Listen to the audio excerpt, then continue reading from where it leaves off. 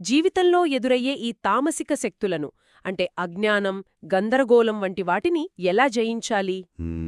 ఇక్కడ ముఖ్యమైన విషయం ఏంటంటే ఈ మూలం ప్రకారం ఈ సవాళ్లు మనల్ని కృంగదీయడానికి రావు. ఓ అవి మన దృఢత్వాన్ని, మన విశ్వాసాన్ని పరీక్షించడానికొస్తాయన్నమాట. అంటే పరిస్థితులు బాలేనప్పుడు కూడా మన నమ్మకం ఎంత బలంగా ఉందనేది ఒక పరీక్ష లాంటిదా? ఖచ్చితంగా. అంతా బాగున్నప్పుడు నమ్మకంగా ఉండటం చాలా తేలిక. అసలైన పరీక్ష అప్పుడే మొదలవుతుంది. ఈ విశ్లేషణలో ఒక పోలిక చెప్పారు, అది నాకు చాలా బాగా నచ్చింది. ఆ మనం ఈ శాంతి మార్గాన్ని ఎంచుకున్నప్పుడు మనల్ని ఇన్నాళ్లు పట్టి ఉంచిన పాత ప్రతికూల శక్తులు హ్మ్, తమ ఉనికిని కాపాడుకోవడానికి చివరి ప్రయత్నం చేస్తాయట. అవును. దీపం ఆరిపోయే ముందు ఒక్కసారిగా ప్రకాశవంతంగా వెలుగుతుంది కదా? సరిగ్గా అలాగనమాట. చాలా మంచి పోలికాది. సరిగ్గా అదే.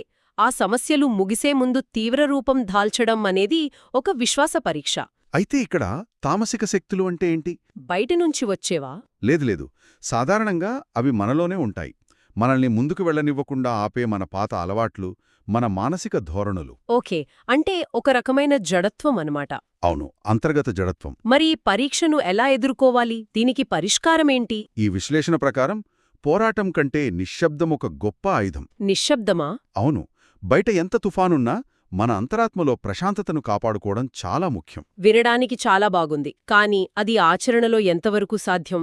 ముఖ్యంగా మనల్ని రెచ్చగొట్టే పరిస్థితులు ఎదురైనప్పుడు. మంచి ప్రశ్న. ఇక్కడే అసలు విషయం ఉంది. ఈ విశ్లేషణలో ఒక కీలకమైన వాక్యం ఉంది. చెప్పండి.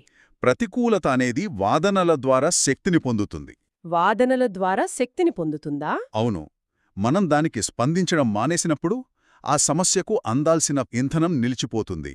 వావ్! ఇది చాలా శక్తివంతంగా ఉంది.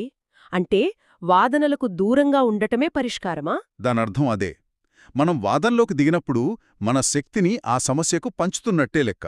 దాన్ని మనమే పోషిస్తున్నాం. కాని కొన్నిసార్లు మనల్ని మనం కాపాడుకోవాలి కదా, అన్యాయాన్ని ఎదిరించాలి. అప్పుడు కూడా మౌనంగా ఉండాలా? అది చాలా ముఖ్యమైన సందేహం.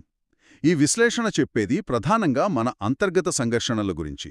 అంటే మనం మనసులో జరిగే యుద్ధం గురించా? అవును, మనల్ని మనం జయించడం గురించి.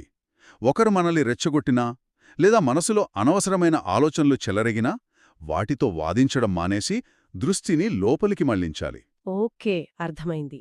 మన మనసు ప్రశాంతంగా ఉన్నప్పుడు బయటి ప్రపంచంలో ఎలా స్పందించాలో ఒక స్పష్టత వస్తుంది. మన మనస్సుపై వాటి ప్రభావం పోతుంది. సరిగ్గా అదే నిజమైన ఆధ్యాత్మిక విజయం. మన ప్రశాంతతను ఏదీ దెబ్బతీయలేనొక స్థితికి చేరుకోవడమే లక్ష్యం. మొత్తానికి ఈ విశ్లేషణ నుండి మనం గ్రహించాల్సింది ఏమిటంటే, ఈ సవాళ్లు మన ఎదుగుదల